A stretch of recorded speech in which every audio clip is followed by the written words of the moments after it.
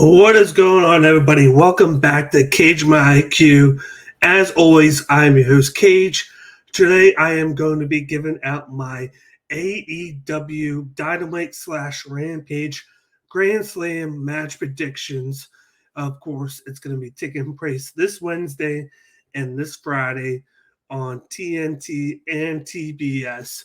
We got a 5-card Dynamite and then a 7-card Rampage. Both are 2 hours long. And of course, this is going to be taking place at the Arthur Ashe in Queens, New York. We got a loaded 2-day card with AEW. But of course, as always, as you saw in the intro, this is Cage My IQ. You can follow and subscribe to us on social media, on Twitter, Instagram, Twitch, and YouTube. Please, if you haven't done so already, please hit the subscribe and notification bell down below. And then also help us out with the algorithm and smash the like button. And then give me a comment in the comment section and let me know what you guys think of this week's Super Show on Dynamite. Let me know who you think is going to win, any upsets that you guys have. But I'm just going to get right into it. Of course, I'm going to start with Dynamite right here. As you see right there, there is 4 of the 5 matchups on the card with the preview. We're going to start with the All-In Championship match right here. We got the All-In champion, Pac, the Bastard, going up against Orange Cassidy for the title. This is a matchup where they've had history. They fought each other 2 or 3 times. Pac has had the upper hand every single time they fought. Kind of the lead up to this matchup was Pac saying that he's beat competition. He's looking for people to face. He's looking to be more active on Dynamite. He's been defending the belt in Canada and in England, but he's looking for people on the roster to challenge. Outwalked Orange Cassidy, and Pac said, "No, I've already beaten you. I'm not interested." By flash forward 2 weeks later, he's cutting another promo, and then he gets sneak attacked with the Orange Crush punch by Orange Cassidy, and then they booked this match. I think Pac's going to win this. I think you need to ride Pac all the way with the All-In Championship. Like, this guy's a double champion. Not only is the All-In champion, he's 1/3 of the trios champions. I think that that triangle is going to be on the roll as those champions, and he's a guy that is original with AEW. They brought him in for a reason, and they had him beat Kenny Omega in one of his first matches because he has the skills and everybody loves him. It's time he gets the push. I'm going with him in this one because Orange Cassidy can lose and he'll still be a fan favorite. It'll probably be one of the best matches on the card, and he'll continue that chase of a first title in AEW.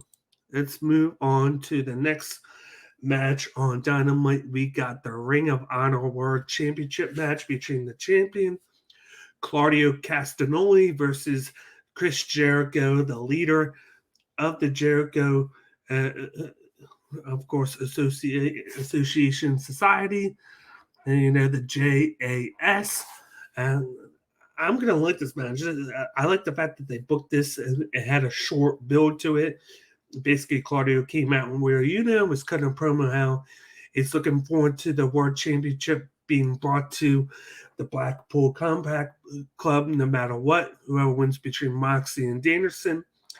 Jericho comes out and says he's tired of hearing him talk. He said that he's won championships in almost every promotion that he's been in. But the one that's kind of held him from having every single championship has been the Ring of Honor World title. So he challenged Claudio to the title match. Claudio accepted. I think Claudio wins this one. I think Jericho is in the mode of putting people over, selling for the company. I've gained a lot of respect over him after the whole Punk situation after All Out, where he kind of took the reins and was like, okay, we got to get AEW back on ship. I got to be one of the leaders in the locker room. He said it in the post presser, and that's what he's doing. He doesn't mind putting guys over to help the company now because he's on the latter half of his career. He's touring with the Fozzy. He's going to put Claudio over. He'll probably take a 2-3 weeks off afterwards since he's finishing up touring, and then it allows Claudio to get another big win and continue that nice reign that he's on because he's on that win streak. Yeah, a lot of people like him. And while we wait to see what happens with Ring of Honor when it finally comes, if it comes, you want to build him up because he's a fan favorite amongst a lot of people who like seeing him win. So I'm going with Claudio Castagnoli in this title match. Moving on to the third matchup on Dynamite, we got a interim women's world championship matchup. It's a fatal four-way. We got the champ, Toni Storm, versus Serena Deeb, versus Athena, versus former champion, Dr. Britt Baker, D.M.D. One thing to note is we got Jamie Hayter, who I feel like is going to get into this matchup at some point.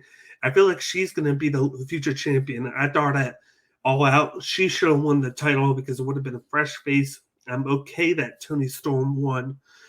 But just the in-between mode that Hayter's in, where she came in on Dynamite and took the chair from Baker, keeping her from hitting Storm, and then she hit Storm herself, had a lot of words to say with Baker, and then left. It builds a lot of momentum for her, possibly, and I think she's going to wind up getting a title shot at 4 Gear. But I think right off the bat, I don't think Deeb's going to win it. I don't think it's Athena's time. She just came a few months ago. It's going to be between Storm and Baker. I could see situations where either one of them can win. I think if Baker wins, it could be to set up her versus Jamie Hayter to kill that relationship. But then they just put the belt on Toni Storm a couple weeks ago. You don't want to take it off of her right away. So I think at the end of the day, Toni Storm successfully defends the title. She gets that big win, title defense right off the bat to back up her being the champion. And you book that Storm Hayter rivalry at 4 Gear since Hayter hit her with the chair. I think in between that, you're going to get Baker versus Hayter, where they end kind of like that friendship. Hayter wins that, and then it solidifies the fact that she gets a title shot against Storm. But they need to do a good job now of promoting the women's matches, getting them more involved. The way they booked the AEW women's division has been kind of lackluster ever since starting the Dynamite and Rampage eras. And I think this is a way that they can finally get the ship rolling and right the ship with it by booking more women's matches, and giving more women other than Britt Baker chances to develop as characters on the show. You can develop Storm here. You got a character in Jamie Hayter on the outside who is organically getting over with the crowd because they want to see her succeed. And then you can book from here on out. But I think it starts with having Storm win this match and defend her title. Moving on, we got one of my favorite matches on Dynamite. We got the well-hyped rematch for the World Tag Team Champions. Swerve in Our Glory versus the Acclaimed. I felt like the Acclaimed should have won it All Out. They were white hot. The crowd in Chicago was into them. Everybody was chanting them. The crowd, it was just crazy. And these 4 guys had the match of the night there. And it sucked that it got overshadowed by the CM Punk post presser interview, and then the whole fight between him and the Elite afterwards in the back that resulted in suspensions. But here they go. They get a chance on a bigger platform in New York, in Queens, to just top that match with the rematch. And just like people said before, everybody loves the Acclaimed, and they're going to be the new tag team champions. I think this is the time to put the belts on them. It's crazy how uh, they paired Billy Gunn with them. It seemed like an odd pairing, but just by being placed with the Acclaimed, he is white hot now. Like everybody is getting into him. You got the whole Bowens telling him "Scissor me, Daddy." Everybody's doing that in the crowd. Everybody's doing that watching on TV. It's like the new thing now. The chant for the Acclaimed. They're the hottest tag team. Like the Uzos are probably the best tag team, and along with FTR. But there's no one hotter with the fans, I should say, than the Acclaimed. And this is the best time to put the titles on them, because if you don't, you're going to kill that momentum, because this is their fourth title try here. And if they lose here, how are you going to get them to recover? How are you going to finally get them to win it?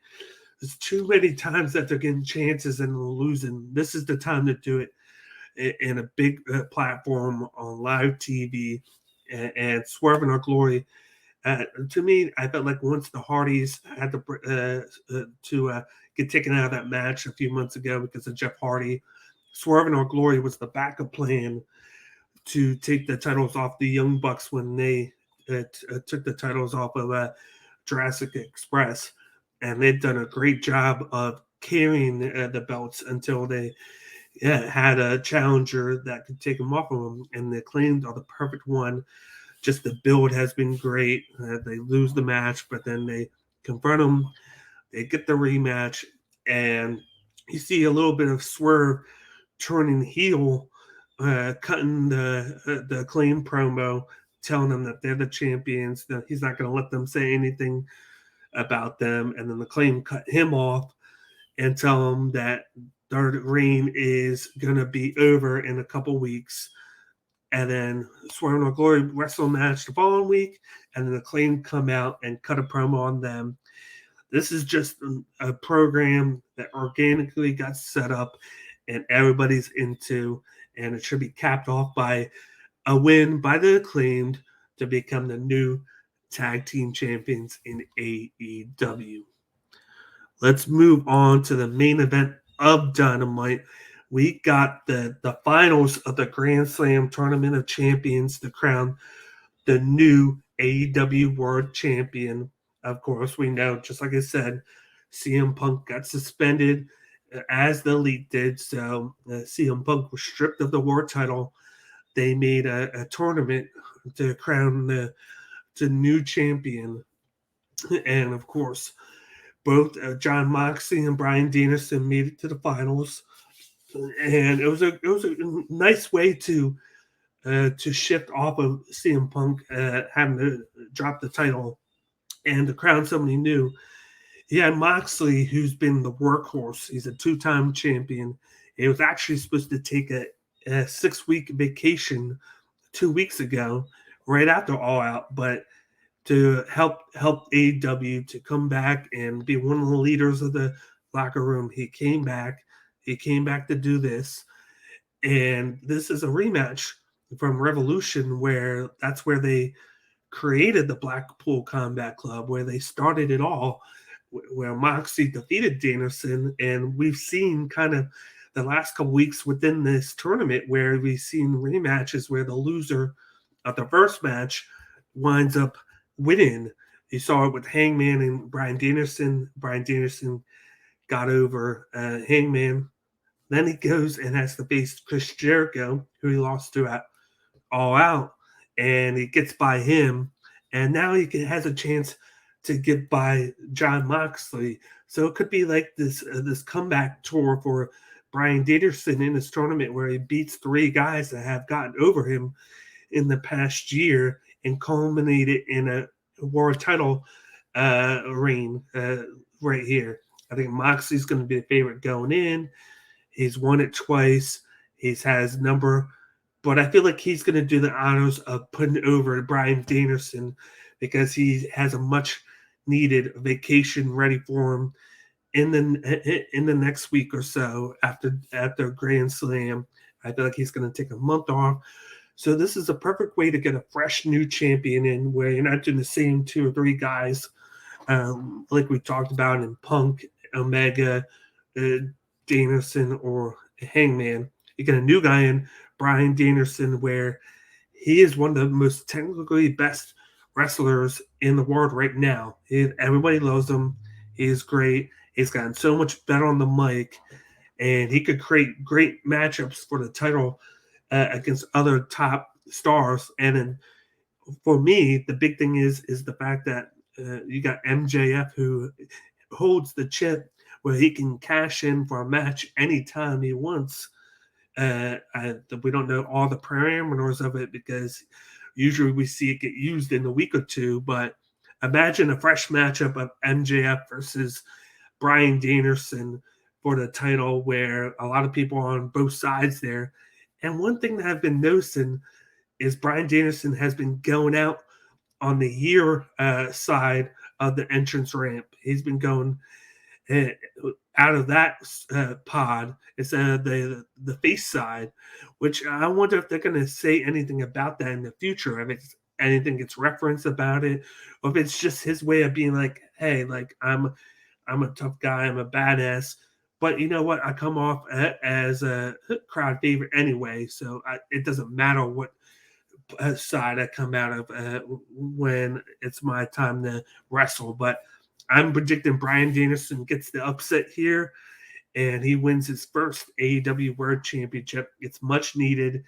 He's coming to the promotion and he's been great the past years, especially the past couple months. And I'm looking forward to see how they book him as champion, uh, as long as they give him the win, because I think it's needed, and Moxley needs that time off because he's been carrying this company on his back for the past 2 years. Let's move on from Dynamite now to Friday's Rampage. As you see right here, we're going to do our preview now. Here's 4 of the matches right here off the bat. We actually got 7, which is crazy. They're going to fit 7 matches on Rampage. This is what I love. I love the fact that ever since we've had issues as fans with Rampage where they've kind of made it like a B show where we haven't had great matches, but ever since the whole all out tirade with CM Punk and the Elite, bring it up again. But we've had great shows since then. Great Dynamites, great booking on Rampage because they're actually booking title matches and stars.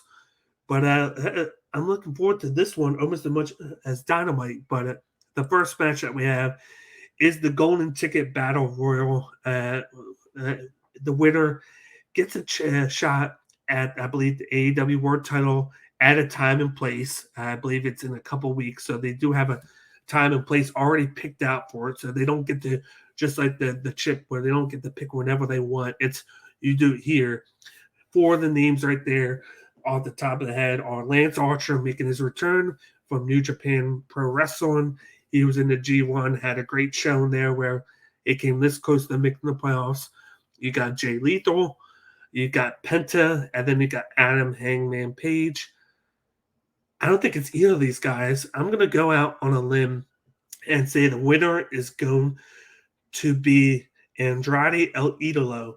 And I think it's going to be because 10 is going to turn on the rest of the members of the Dark Order, and he's going to help Andrade win because they've been trying to recruit him to join him and Roosh. And I think this is the perfect way to start building in Andrade El Idolo because they've dropped the ball with him ever since they signed him. They booked him really badly. He's gotten win-loss. It's kind of been like 50-50 with him. And when you book him well, like you've seen him book great in NXT in his time when he was the champion. He had Selena Vega as his manager, and he just had great match after match after match once they got paired.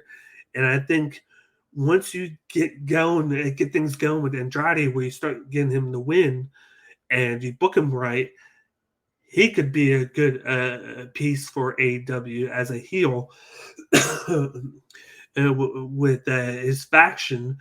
And I think the great start would be to have him win this and then face the world champion. You don't necessarily need him to win the championship, but you need him to win this match, get 10 on him, get 10 on his side with Roosh, and then you can go in and have a great match against Bryan Danielson, with me saying he's going to win, and it could start something with him. Even in a loss, people were seeing, hey, they're trying to use him. They're getting the ball rolling with them, and then positive things can happen afterwards. But I'm going with Andrade here. I think they need a fresh face here. I could see a case for Lance Archer winning, but then I don't want him to win just to lose, because he's already had that happen before. Hangman's like one storyline wise. I don't see it. I could see Jay Lethal winning it, but I don't see Penta winning it as well. And the one name that sticks out to me is Andrade El Idolo. So I'm going to go with him. On to the next match. We got a match between Rey Fenix versus Jungle Boy. This was an open contract match where Jungle Boy said, open call out. I want to face somebody on Rampage. And Rey Fenix answers the call. So we're going to get a nice, fun, high-flying matchup here. I don't believe they fought each other in singles action before. We got Jungle Boy, who wants to get back on a roll since losing in 15 seconds to Christian, where his former partner, Luchasaurus, turned on him, chokeslammed him onto the entrance, and left him to lose to Christian.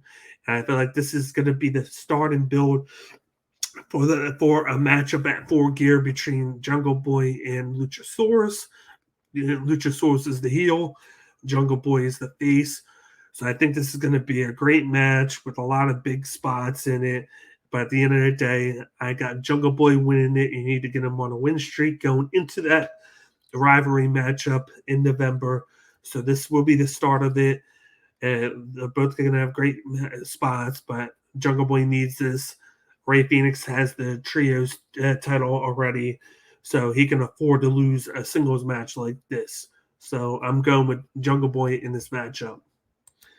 One of the matches I'm not really looking forward to is the TBS Championship match between the champion Jade Cargill versus D.M.D. D.M.D. kind of said that she has somebody coming out with her, so I wonder who it is.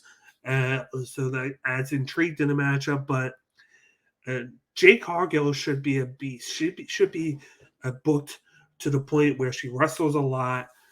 She gets a lot of confidence, and she already has the swag. She already has the mic skills, but just lately, her work in the ring has been sloppy and all out. Against Athena, she botched 34 spots.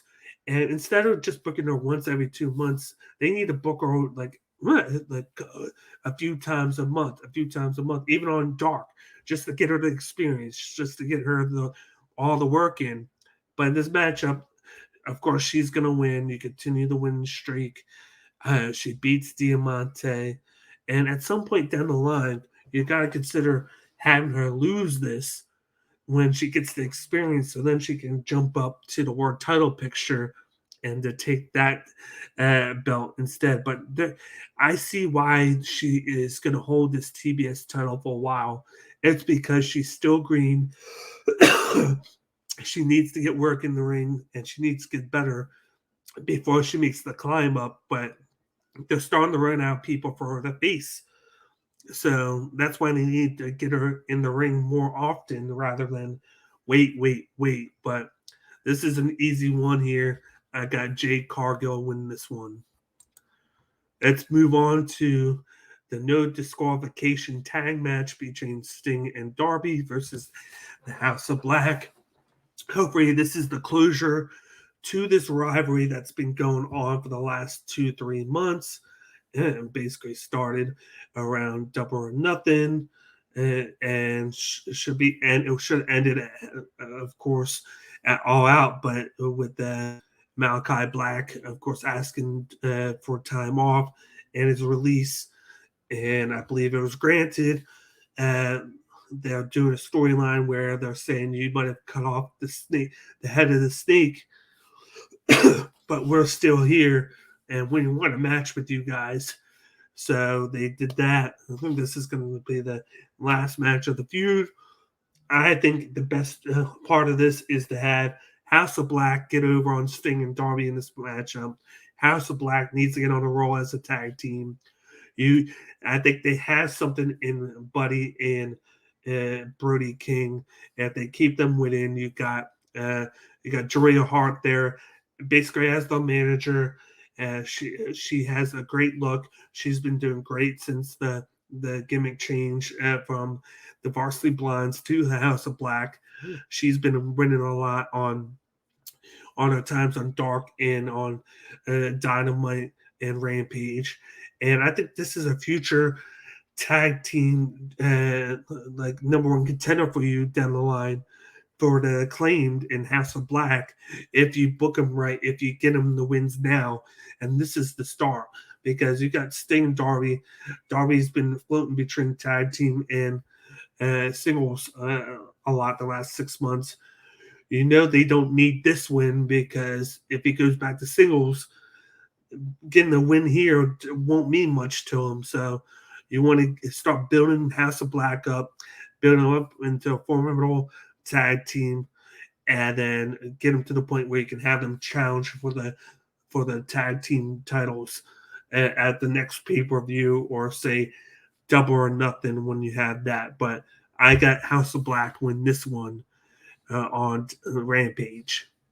Moving on to a matchup that was supposed to take place at All Out, but it got moved because of a confrontation between these guys in August. We got Eddie Kingston versus Sammy Guevara. I'm going to like this one. I think it's going to be taking place in Eddie's backyard in New York. You would think that they're going to have Eddie win. He just came off of a big win over Tomohiro Ishii on the pre-show. All Out, they had a 4.5-star match where they just went crazy, chopping each other. It was very physical, and it was one of the best matches on all of the pay-per-view, even the pre-show. And so coming into that, he's coming in with momentum there. Sammy Guevara beat Darby Allin in the opening match of the Grand Slam Tournament of Champions, and then lost last week to Jon Moxley. They had a wonderful match. He put on a show, told a story with Moxley, got the loss, and here they are getting this rivalry matchup that was supposed to take place a couple weeks ago. They're doing it here. I kind of like the placement, like I said before, because it's where Eddie Kingston's from. You put Eddie Kingston over in this match here. You get him on a win streak because you can build Sammy back up. There's been a lot of talk about his spot in AEW right now. He could go back down to the TNT the division. He can move up and start doing other things. But just with his character, it's been up and down with him being a cocky heel. And I think this is the perfect time to help Kingston out, get him that win streak moving up and up ever since beating Ishii. I thought he should have beat Jericho, but he didn't, and that led into this. But it kind of allowed him to fight Ishii and get a lot of momentum from that win. He can win here, get that hometown win, and then move up from there. Where they go with it, I don't know. Maybe a match in the future with Bryan Danielson. That'd be very interesting once again, since they have a lot of animosity against each other. But you definitely have to feel Eddie Kingston's going over here on Sammy Guevara. That'd be the move here because I don't see how they would move forward with Sammy Guevara winning from here. But I can see them doing a lot from him losing, where this could be an underrated match where they put on a great show and Eddie Kingston gets the win at the end over the young Sammy Guevara, because Eddie Kingston's not getting any younger. But boy, in the past year, he showed a lot of heart and a lot of his just emotion in the ring, and the fans have grown to love it now. He was kind of iffy in the beginning, but the fans love him now, and that New York crowd is going to, I feel like, be on his side all day. So I'm going with Eddie Kingston. Moving on, we got a grudge match, part 2, between Powerhouse Hobbs versus Ricky Starks. They fought each other at All Out after Hobbs turned on Starks when he lost the FTW Championship and turned face after losing to Hook. He's a face and Hobbs is a heel. They had Hobbs basically squash him in a few minutes. He just dominated him in that pay-per-view match. I think this is going to be a more competitive match. It could go either way because we've already started building up Hobbs to where he's been just squashing people, being people good. But then at some point, you need to build Ricky Starks because he's lightning on the mic. He's a babyface now. He works great in the ring, and he could be a guy, a young star for you in the main event picture if you just book him the right way as a babyface. But I feel like they're going to continue with Hobbs. You can afford to have Starks lose again to him and have Hobbs get booked into a situation where you have him win, and then he could be a challenging Wardlow in the future for the TNT title. And then after that, you can start booking Ricky Starks where you start getting him win, and you book him into a win streak to where he can wind up getting a high-profile matchup at a pay-per-view, win that, and then the next one possibly get a title shot, whether it's TNT or the world title. But I feel like this is the one where you got to capitalize on keeping that heel momentum on Powerhouse Hobbs. And with the crowd already loving Ricky Starks, I feel like he can afford to lose again in this one. But I wouldn't be surprised if he got the win. But I'm going with Powerhouse Hobbs in this matchup. In the last matchup of this week, we got a very special one where we got Action Bronson and the FTW champion Hook going up against the Jericho Appreciation Society's Daddy Magic Matt Menard and Cool Hand Angelo Parker 2.0. This has been kind of a feud that was booked in August when Angelo Parker fought Hook in the pre-show for the FTW Championship. You had Action Bronson, who was in the crowd. Of course, Hook won the matchup.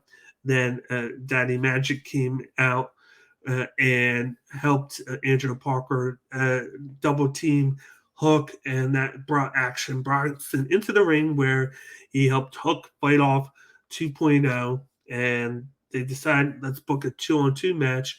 Let's get Action Bronson involved.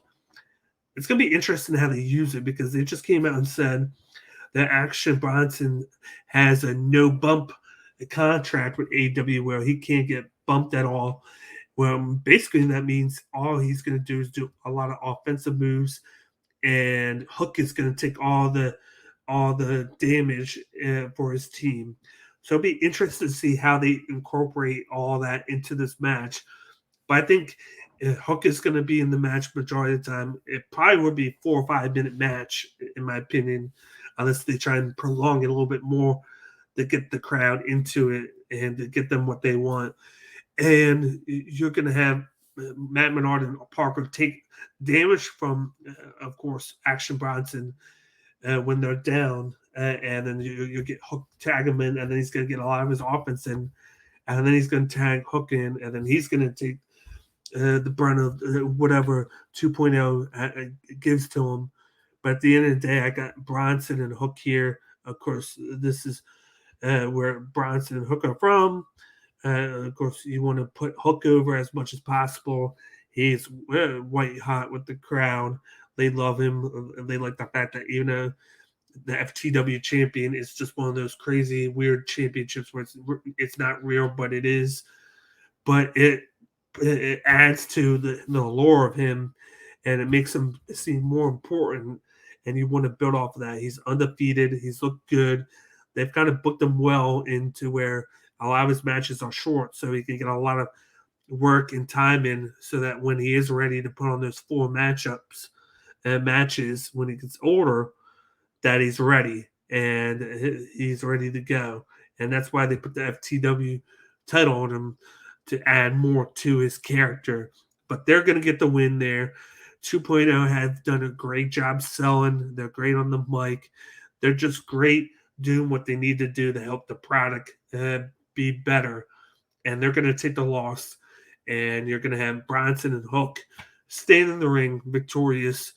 And I wouldn't be surprised if they had this as the last match on Rampage, just because it's one of those special matches.